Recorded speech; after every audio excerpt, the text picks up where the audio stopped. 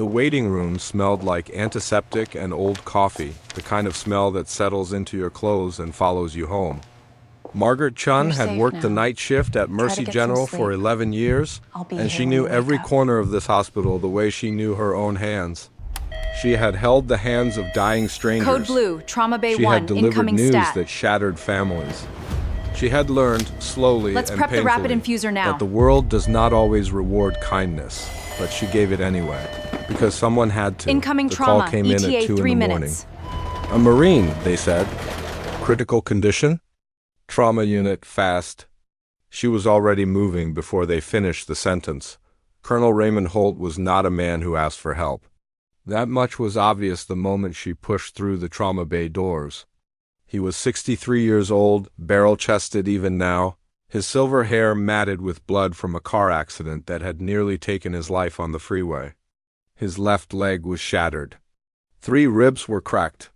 His blood pressure was dropping. But he was conscious, and his first words were not thank you or help me. His first words, rasped through gritted teeth, were directed at Margaret. Get someone else, he said. She paused. Just for a moment. The trauma team moved around her like water around a stone, but she stood still, looking at him.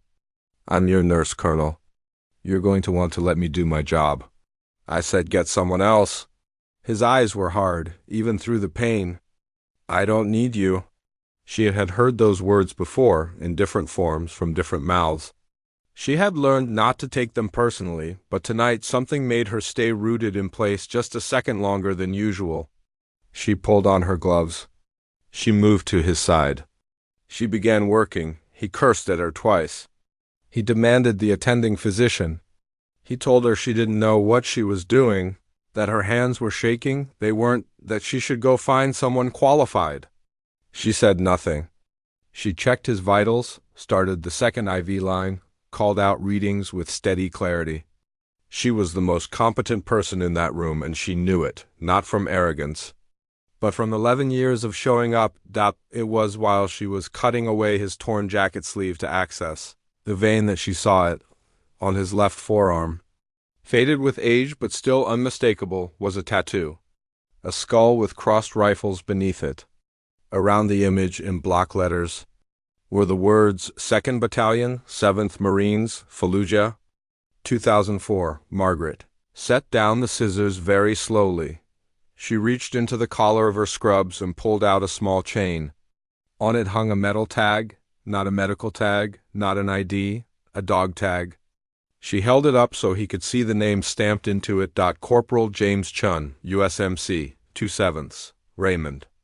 Holt stopped breathing for a moment that had nothing to do with his injuries. He was my brother, Margaret said quietly. He died in Fallujah, November 2004. He was 22 years old. The hard lines around the colonel's mouth didn't disappear, but something behind his eyes cracked open, like old stone giving way to water. He stared at the dog tag. Then he looked at her face, really looked at it for the first time. Jimmy Chun, he whispered. It wasn't a question. You knew him. Raymond closed his eyes. When he opened them again, they were wet at the corners, and he made no move to hide it. He saved my life, he said. He pulled me out of a burning vehicle. He went back in for 2 other men. He didn't make it back out. His voice broke on the last word, a clean and honest fracture. I have thought about him every single day for 22 years. I tried to find his family. I tried for years. I couldn't. Margaret looked down at the dog tag in her palm. She had carried it since the day the officers came to their mother's door. She had carried it through nursing school, through every hard shift, through every patient who had ever told her to get someone else. She had carried it because James had given everything, and the least she could do was keep showing up. You didn't need to find us, she said softly. We were always here. She tucked the tag back against her chest and went back to work. Raymond Holt was in surgery by 3 in the morning. He was stable by dawn. When he woke in the recovery room, Margaret was there doing her rounds, and he reached out and caught her wrist with his bandaged hand. I'm sorry, he said, for what I said when I came in. She looked at him, this hard, broken, grateful man, and she thought about her brother.